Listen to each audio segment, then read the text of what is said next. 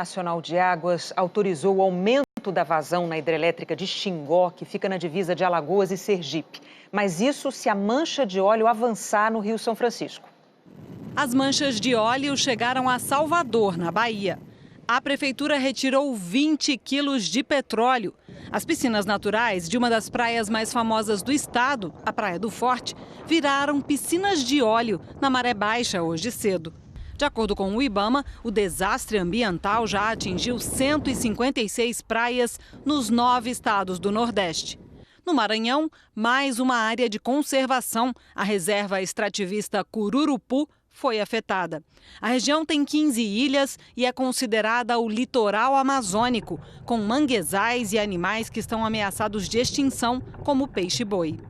Em Sergipe, todas as 17 praias foram atingidas pelas manchas, que chegaram também até a divisa com Alagoas, onde fica a foz do Rio São Francisco. É o encontro do rio com o mar. Segundo a Marinha, na quarta-feira foram identificadas pequenas manchas perto da foz, que depois não foram mais vistas. O governador de Sergipe, Belivaldo Chagas, do PSD, criticou o governo federal. Nós decretamos aqui uma situação de emergência, mas estamos na expectativa de que o governo federal sinalize para alguma coisa. Algumas ações isoladas estão sendo feitas, mas não são suficientes. Hoje, em Brasília, representantes da Agência Nacional de Águas, IBAMA, Comitê Gestor do Rio São Francisco, e de 3 ministérios, discutiram estratégias para evitar o avanço das manchas para o rio. Se o IBAMA considerar necessário, a vazão da hidrelétrica de Xingó poderá aumentar dos atuais 850 para 1.300 metros cúbicos por segundo. Dessa forma, as águas do rio ganham mais força e empurram as manchas de volta para o mar. A preocupação é evitar que as águas da foz, usadas para abastecer pelo menos 2 cidades da região, sejam contaminadas. A presidente da agência afirma que a medida é preventiva. Hoje, nós não estamos num cenário de crise. Aumentando a vazão, a gente ganha tempo, o óleo fica fora e outras medidas podem ser pensadas para evitar que isso aconteça. A Marinha mantém as investigações para identificar os responsáveis pelo derramamento de óleo no litoral do Nordeste. Depois de identificar mais de 1.000 navios-tanque que circularam durante todo o mês de agosto entre Sergipe e Rio Grande do Norte, a Marinha notificou 30 navios de 10 países diferentes que agora terão de mandar informações para as autoridades brasileiras. Do ponto de vista ambiental, a Marinha avalia que a situação começa a melhorar. A percepção é que, no início, as quantidades de óleo que chegavam à praia eram maiores e, à medida que o tempo vai passando e ao longo do litoral, essa quantidade de óleo que chega à praia, ela vem diminuindo. O Palácio do Planalto não quis se manifestar sobre as declarações do governador. Novos dados do INPE mostram que, em setembro deste ano, os alertas de desmatamento na Amazônia quase dobraram em relação a setembro do ano passado. A proibição de queimadas na Amazônia, determinada pelo governo federal desde agosto, e a ação das Forças Armadas na região ajudaram a reduzir em 19% os focos de incêndio no mês passado, na comparação com setembro de 2018. Em outros biomas, no entanto, as queimadas aumentaram em setembro. Aqui no Cerrado, por exemplo, dobraram. No Pantanal, alta de quase 268%. O fogo também foi mais frequente na Mata Atlântica e no Pampa.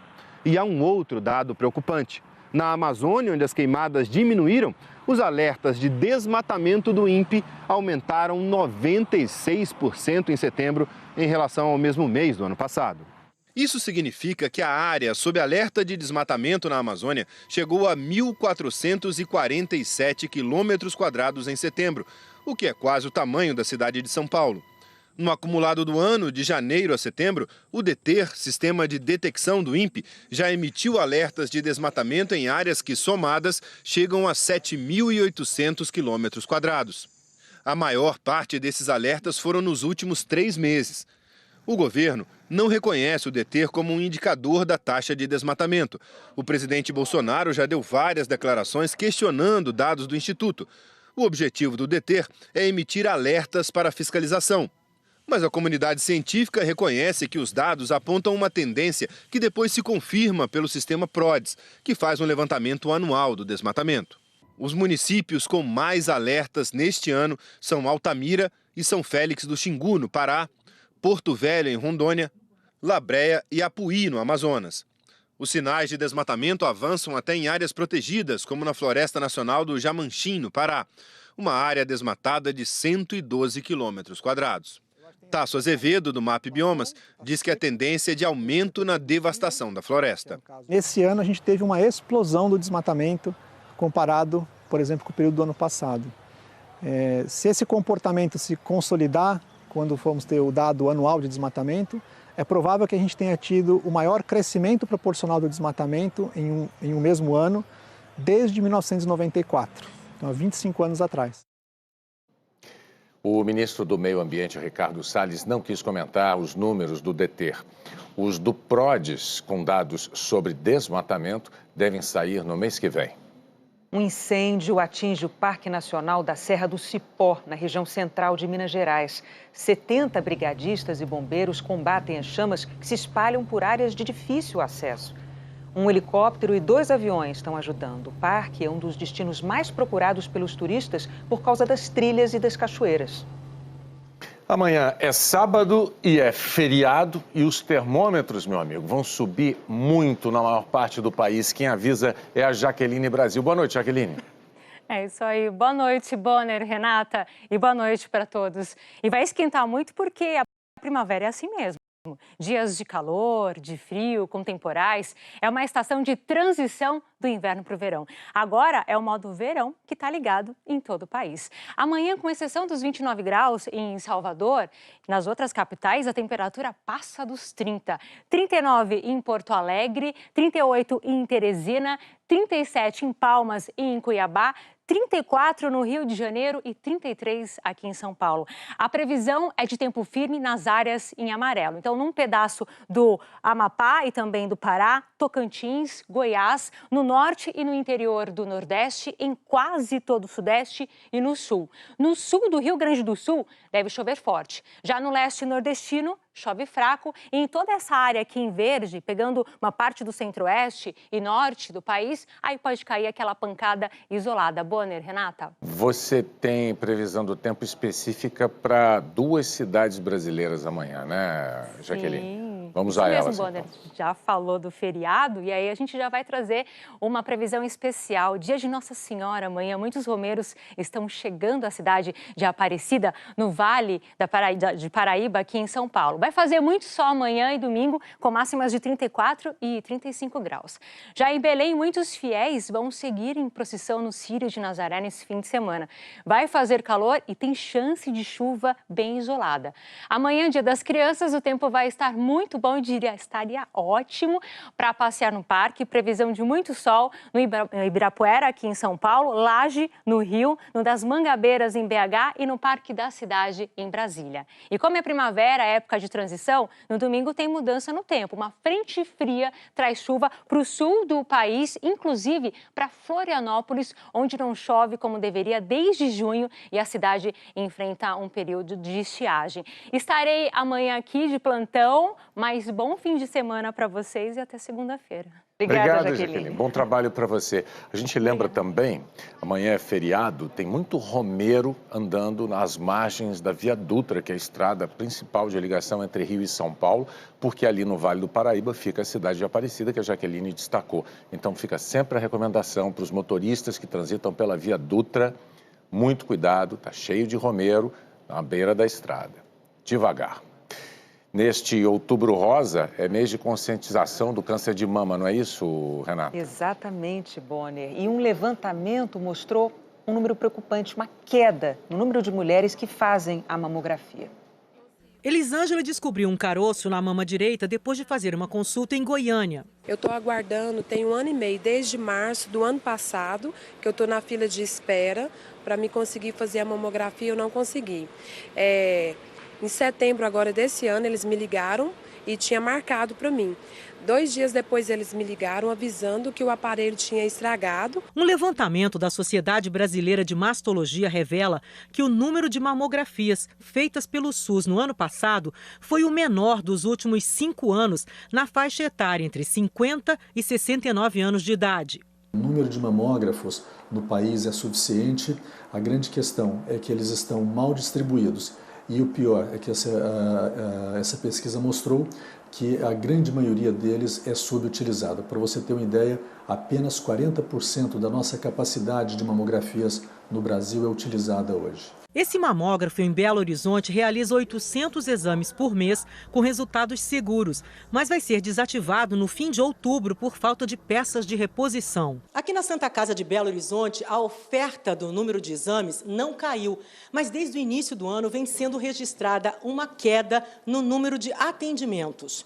Há alguns meses atrás, 50 mulheres faziam por dia mamografias aqui nesta sala. Agora são apenas 30. Nós temos vários horários ociosos, procuramos sempre encher a agenda toda, mas não está dando. As pacientes, às vezes, não comparecem. Chegam atrasadas, ou então ficam um pouquinho, querem ir embora se demora muito aqui. Medo? Medo.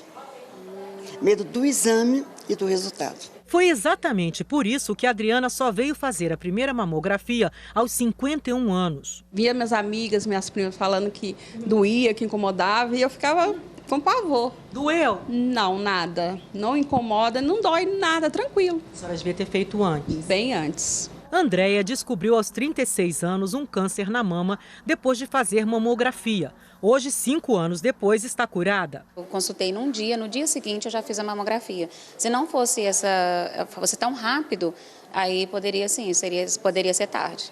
A prevenção é o mais importante. Dona Margarida é um exemplo para todas nós. Aos 83 anos, não tem preguiça de sair de casa e nem medo de fazer mamografia. Parabéns, viu, pelo que a senhora faz. É um exemplo. Não é? Pois é, ué. Todo mundo tem que fazer, até as moças novas têm que fazer. Viu? O Ministério da Saúde declarou que quando a avaliação é feita no período de 2010 a 2018, a realização de exames aumentou 37% na faixa etária mostrada na reportagem. O Ministério afirmou ainda que as secretarias de saúde de estados e de municípios têm autonomia para comprar equipamentos ou para contratar o serviço na rede privada e que a oferta do exame ocorre na forma de um regime compartilhado com estados e municípios. Em Joatuba, na região metropolitana de Belo Horizonte, a polícia prendeu um suspeito de aliciar e estuprar mulheres. Ronei Shelby usava um perfil falso em redes sociais para entrar em contato com as vítimas. Na casa dele, a polícia apreendeu material pornográfico e celulares com conversas em que Ronei ameaçava mulheres. Os investigadores identificaram 173 vítimas em 13 estados. A seguir, Estados Unidos e China fazem acordo para acabar com a guerra comercial. Fiéis se preparam para acompanhar a canonização da Irmã Dulce no Vaticano.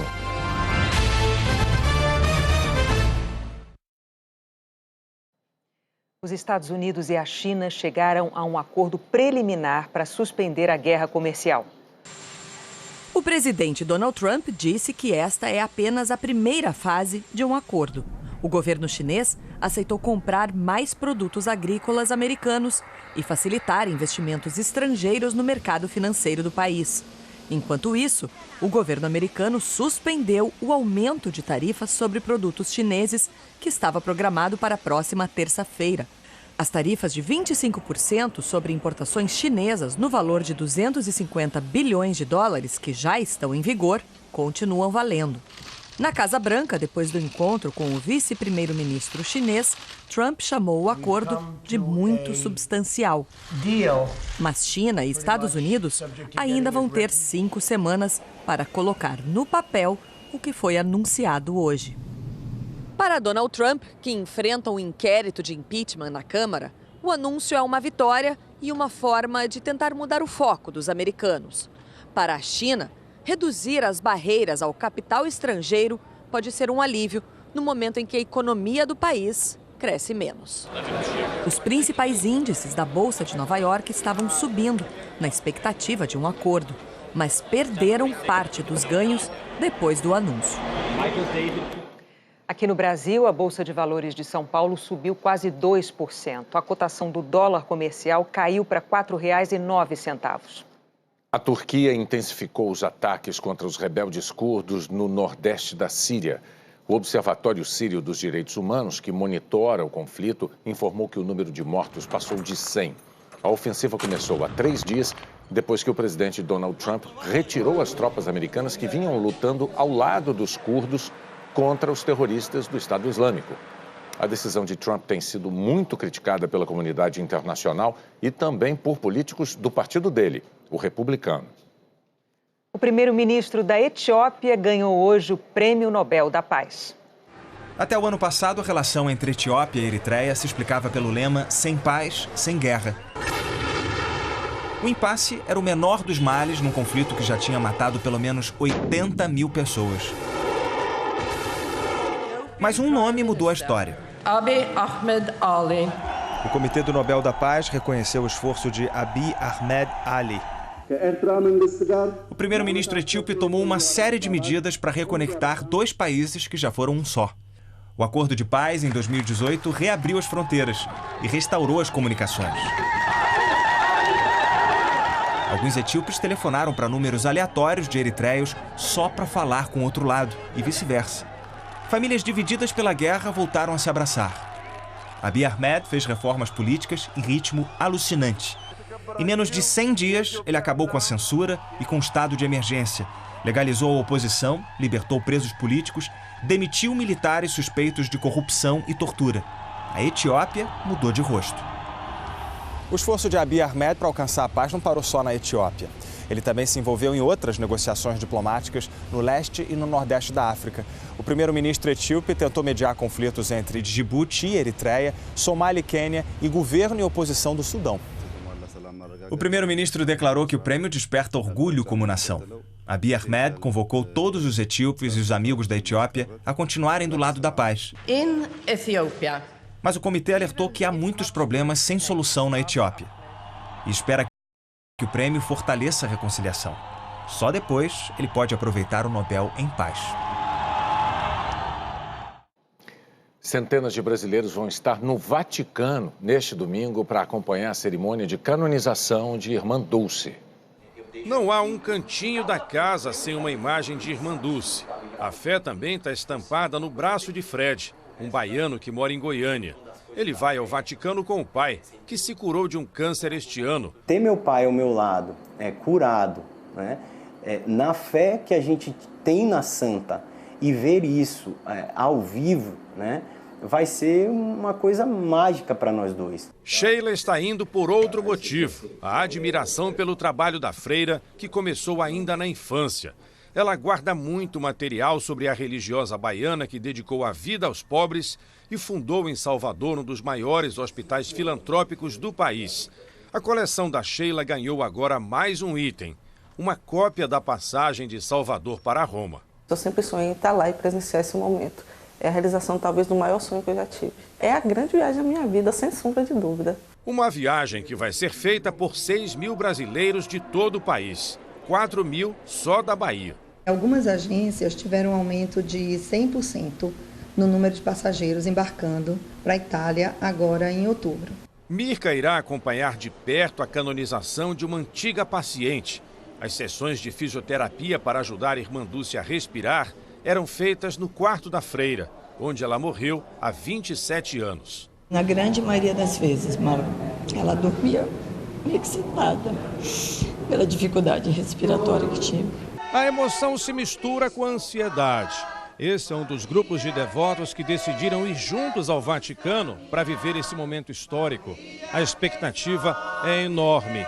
Só da Bahia são 10 caravanas reunindo 600 pessoas. O médico Almério Machado acompanhou a Irmã Dulce nos últimos 10 anos de vida. O agora devoto quer ver a velha amiga alcançar a santidade. Ela era uma pessoa encantada e muito piedosa e muito caridosa. Ela era uma pessoa assim fora do comum. O Vaticano considera oficialmente que Irmã Dulce vai ser a primeira santa brasileira. E aí é importante tirar uma dúvida, porque tem muita gente que se lembra da canonização de Madre Paulina, que se tornou Santa Paulina em 2002. Só que ela nasceu na Itália e a igreja não a reconhece como uma santa brasileira. E um outro episódio que a história da igreja registra. Em 2017, o Papa Francisco canonizou 30 fiéis assassinados por holandeses nos massacres de Cunhaú e Uruaçu, em 1645, no Rio Grande do Norte. Pois bem, nesse grupo havia 5 mulheres que até hoje não foram identificadas. Todos são chamados de santos mártires. E aqui tem uma diferença para o caso de Irmã Dulce, porque eles, os santos mártires, foram reconhecidos não por milagres, mas por terem dado a vida em nome da fé. Por isso, o processo de canonização deles foi diferente. E no podcast O Assunto, da Renata Lopretti no G1, tem as histórias de fé em torno da Irmã Dulce. O repórter Zé Raimundo conta a festa que a Bahia já está fazendo para celebrar a canonização da Santa Dulce dos Pobres, que é como ela vai passar a ser chamada a partir de domingo. O Zé Raimundo conheceu a Irmã Dulce, ele conta histórias curiosas e até divertidas dela, que era destemida e muito disciplinada. Ele fala do trabalho no Hospital Santo Antônio e do significado para todos aqueles que têm fé e principalmente para os baianos. E também tem uma entrevista com o jornalista Graciliano Rocha, que entrevistou mais de 100 pessoas para escrever a biografia da Irmã Dulce. Para ouvir, é só acessar g1.com.br/podcasts.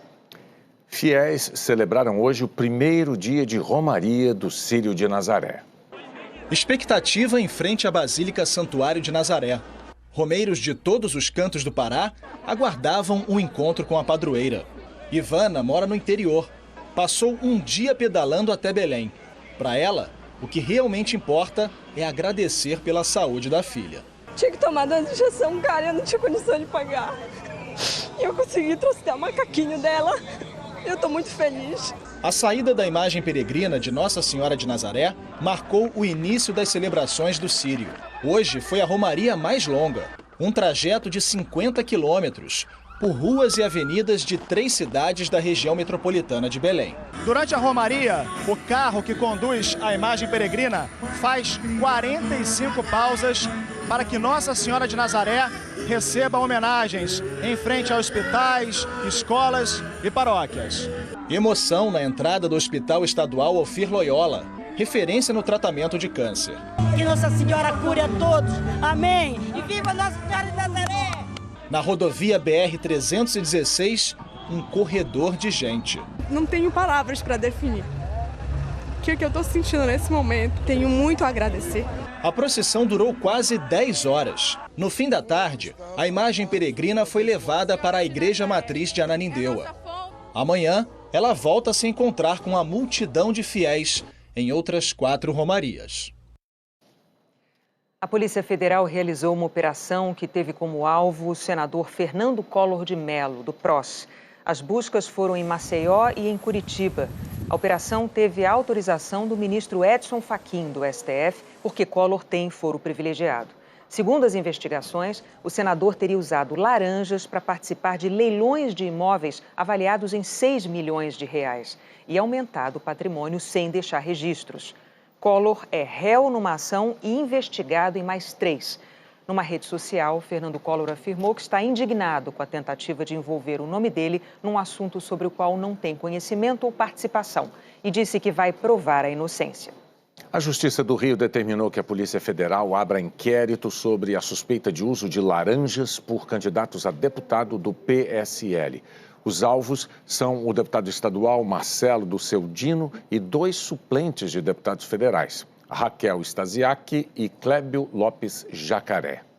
Em junho, uma reportagem do Jornal Nacional mostrou que os candidatos teriam pagado por serviços que eles declararam como doações.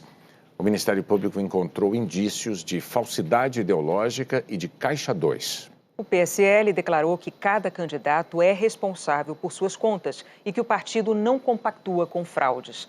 O deputado estadual Marcelo do Seu Dino disse que tudo foi declarado legalmente e nós não obtivemos resposta dos outros citados. O ministro Alexandre de Moraes, relator do inquérito que apura fake news e ofensas aos ministros do Supremo Tribunal Federal, desmembrou o inquérito em diferentes pedidos para o Ministério Público nos estados. Pelo menos 3 foram arquivados. O inquérito foi aberto em março pelo presidente do Supremo, ministro Dias Toffoli, sem um pedido de autoridades policiais ou procuradores e sem a participação do Ministério Público. Também por conta própria, Toffoli designou o relator do caso, o ministro Alexandre de Moraes. Não fez o sorteio entre os ministros do tribunal, como é norma regimental no caso dos inquéritos comuns. As medidas geraram críticas no meio jurídico. Na época, a então Procuradora-Geral da República, Raquel Dodge, pediu o arquivamento do inquérito. Alexandre de Moraes negou. Partidos políticos, parlamentares e associações de procuradores apresentaram ações contra a abertura do inquérito, mas essas ações ainda não foram levadas a julgamento por Toffoli. As ações questionam ainda um outro ponto. Muitos dos suspeitos das ofensas e crimes sob investigação do ministro Alexandre de Moraes não têm foro privilegiado e, portanto, o inquérito não deveria ser conduzido pelo Supremo. O regimento do tribunal permite a investigação pelo Supremo quando os crimes são cometidos dentro da instituição e que ofensas aos ministros devem ser interpretadas como ofensas ao próprio Supremo, já que eles representam o tribunal. Reportagem do portal UOL mostra que o Supremo desmembrou o inquérito em ao menos outros 5 e remeteu pedidos de investigação à Polícia Federal, o que faz com que os casos passem a ser julgados por juiz de primeira instância com participação do Ministério Público, o que não ocorre quando o inquérito está no Supremo. A TV Globo confirmou os 5 casos e apurou que o total de inquéritos desmembrados chega a 60. Todos estão sob sigilo judicial. 3 foram arquivados a pedido do Ministério Público, entre eles 2 de São Paulo. Em nota, o Ministério Público Federal, em São Paulo, afirmou que observa-se que não só existiu vício de origem e forma, investigação iniciada e presidida por membro do Poder Judiciário, como também a mácula da incompetência absoluta do juízo, pois a investigada não é detentora de foro no Supremo, como determina a Constituição Federal. Um outro caso é de Pouso Alegre, em Minas Gerais. A Justiça Federal de Minas mandou arquivar o inquérito a pedido do procurador Lucas Gualtieri.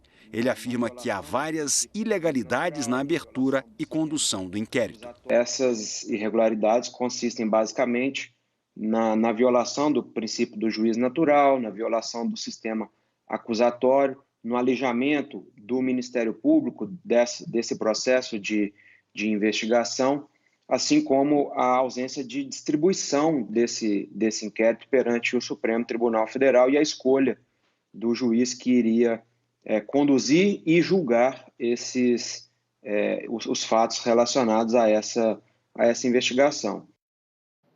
O presidente do Supremo, Dias Toffoli, e o relator do inquérito, Alexandre de Moraes, não quiseram se manifestar sobre os arquivamentos. A seguir, você vai conhecer os apresentadores do Jornal Nacional de amanhã. E um tufão provoca adiamento do treino da Fórmula 1.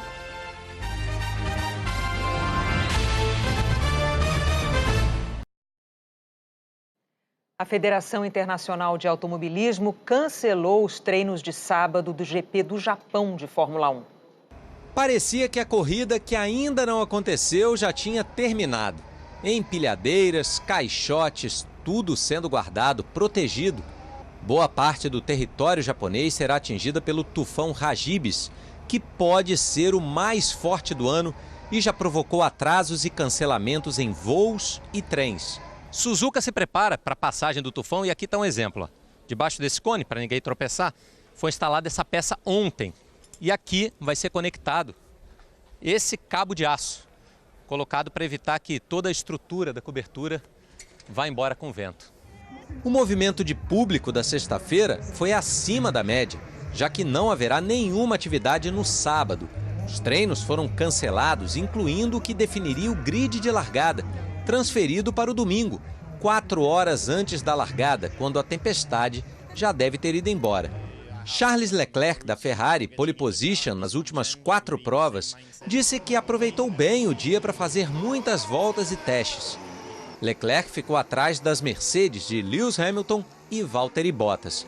Se não houver condições de realizar o treino de classificação, Bottas, o mais rápido de hoje, largará na frente. O Botafogo contratou o técnico Alberto Valentim. Ele rescindiu com o Avaí e assinou contrato com o clube carioca até o fim de 2020. E neste domingo, a seleção brasileira vai enfrentar a Nigéria, tentando encerrar a série de jogos sem vitória. Foram 3. No campo, Tite e os reservas. Quem começou a partida contra o Senegal ficou no hotel. Um dia normal dentro de uma semana de amistosos. Mas o empate de ontem ainda está incomodando. Não foi um jogo esperado, um jogo da altura que podemos jogar. Isso é que todo mundo viu e nós somos sinceros disso. A seleção brasileira, pela terceira vez, não consegue jogar bem. Eu acho que isso é que preocupa, né? Até mesmo porque nós tivemos boas atuações durante a Copa América. E por que as atuações não foram boas nos últimos 3 jogos, se praticamente todos os campeões continuam sendo convocados? O que precisa mudar é a postura, o comportamento e o lado psicológico do time. Não pode ser tão apático assim. Depois do título, o técnico até está tentando renovar o grupo. Em Singapura, o lateral esquerdo Renan Lodge e o meio-campo Matheus Henrique, ambos com 21 anos, estrearam na seleção. O intervalo entre os 2 amistosos é muito pequeno, são apenas 2 dias. Por isso, o técnico Tite provavelmente terá que mexer na equipe, o que é uma ótima notícia para esse pessoal aqui que treinou hoje. Entre eles, os grandes destaques da temporada brasileira, Everton Cebolinha e Gabigol. Os 2 somados já marcaram 53 gols em 2019. Nessa sexta, os atacantes deram trabalho para os goleiros Everton e Santos. Se vão ter uma oportunidade contra a Nigéria, é outra história. Eu acho que a partir do momento que você leva jogadores para dar uma oportunidade para eles, você precisa dar uma oportunidade de verdade, não somente 10 minutos. Em resumo, o que Tite e todos os brasileiros esperam da seleção está mais do que evidente. Artistas fizeram um protesto agora à noite no centro do Rio de Janeiro em defesa da cultura e a favor da livre expressão. Os manifestantes leram uma lista de obras que foram canceladas, como a peça Caranguejo Overdrive, que seria encenada esta semana no Centro Cultural Banco do Brasil.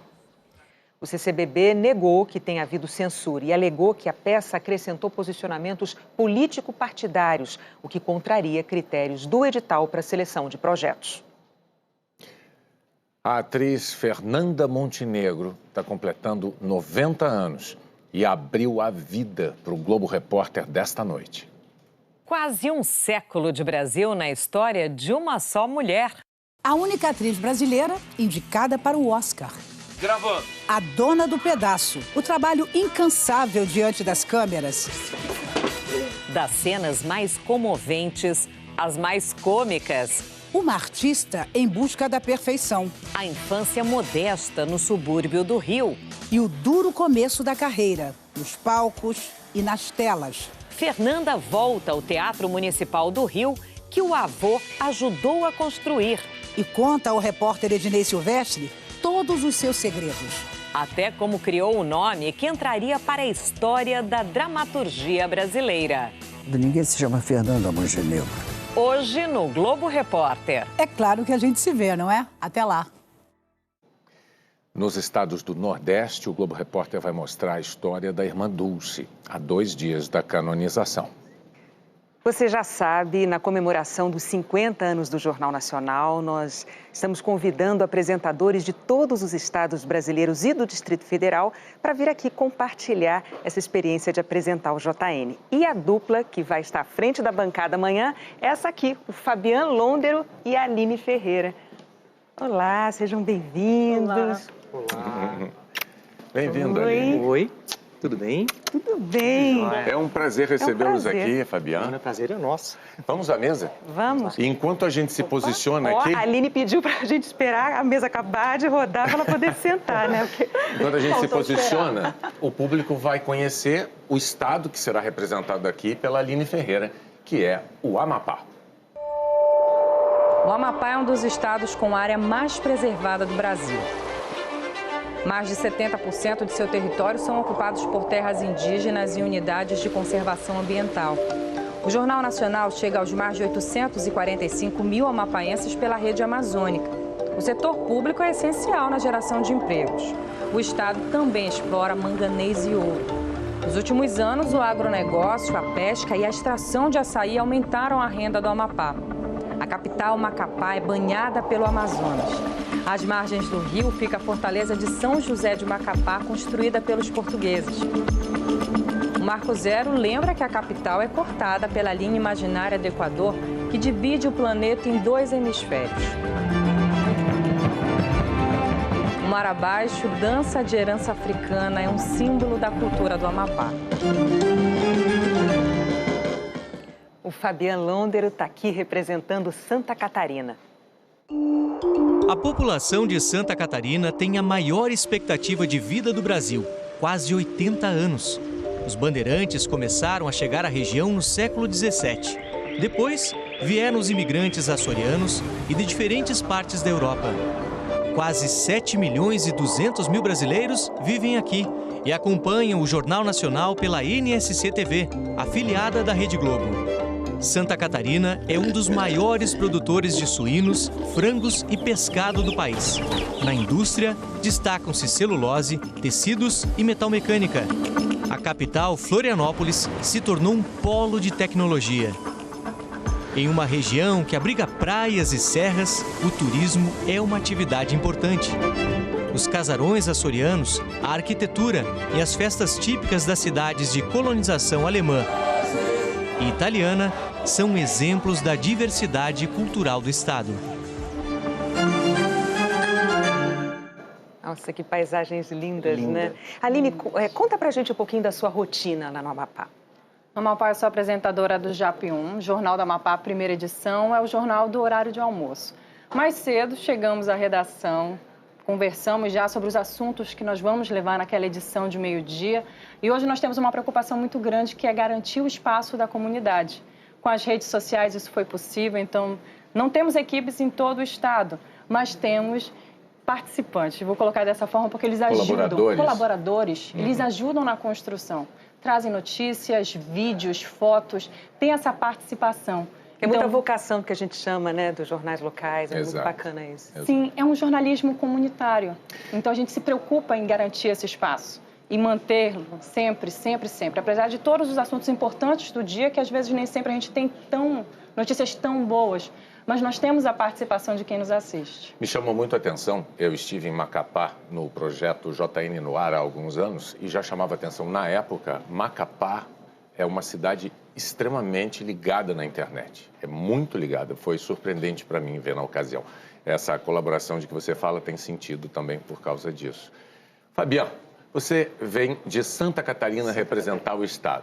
O teu desempenho lá é em qual dos telejornais? É no NSC Notícias, que o Brasil inteiro conhece como Praça 2, né? Aquele que fica entre as novelas ali.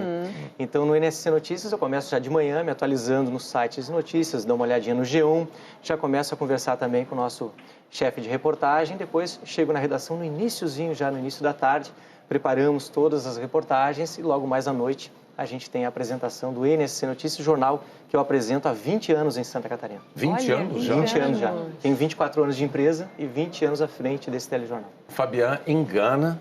Pois é, né? Quantos Não anos de tem empresa? cabelos brancos, é uma coisa que impressiona. Eu invejo meus colegas. Aqui a gente fica conhecendo esses colegas que às vezes, né, tem cara de garoto, mas engana bem. Engano bem, tenho 47 anos de idade, né? Parabéns, 47, né? parabéns. Parabéns, Obrigado. vocês estão aqui também muito por conta da trajetória de vocês, né? E como é que está sendo, assim, a expectativa para apresentar o JN amanhã? Aline?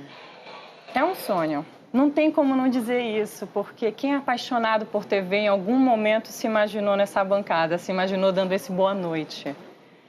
Quando chegou o e-mail que eu li, porque primeiro me ligaram, mas depois que eu li, eu percebi duas coisas muito importantes. Primeiro, que seria desafiador, também que seria um dos momentos mais importantes da minha carreira, mas, gente, estando aqui do lado de vocês, eu só posso dizer que é um dos mais felizes.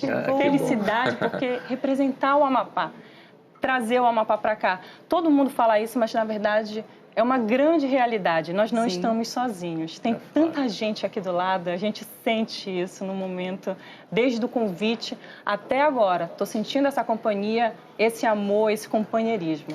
O Fabian, eu vi que nas redes sociais não apenas celebrou, mas preparou muito o clima de seguidores dele para este momento aqui. Exato. De alguma maneira, a sua chegada te desapontou ou te surpreendeu positivamente ou negativamente? Surpreendeu positivamente. Bom, eu até disse nas redes sociais, e inclusive nas entradas para os nossos telejornais de Santa Catarina, ao olhar essa redação, isso tudo aqui de casa... Ela é muito impactante. Essa redação é demais. É lindo demais, é perfeito. E eu achava que era impossível viver esse momento, mas hoje eu estou vendo, nada é impossível e amanhã eu e a Aline vamos estar aqui no lugar de vocês, pelo menos por uma vez. Muito honrando vocês nosso são trabalho. Um marco desse projeto tão bacana, porque vocês estão exatamente na metade do projeto.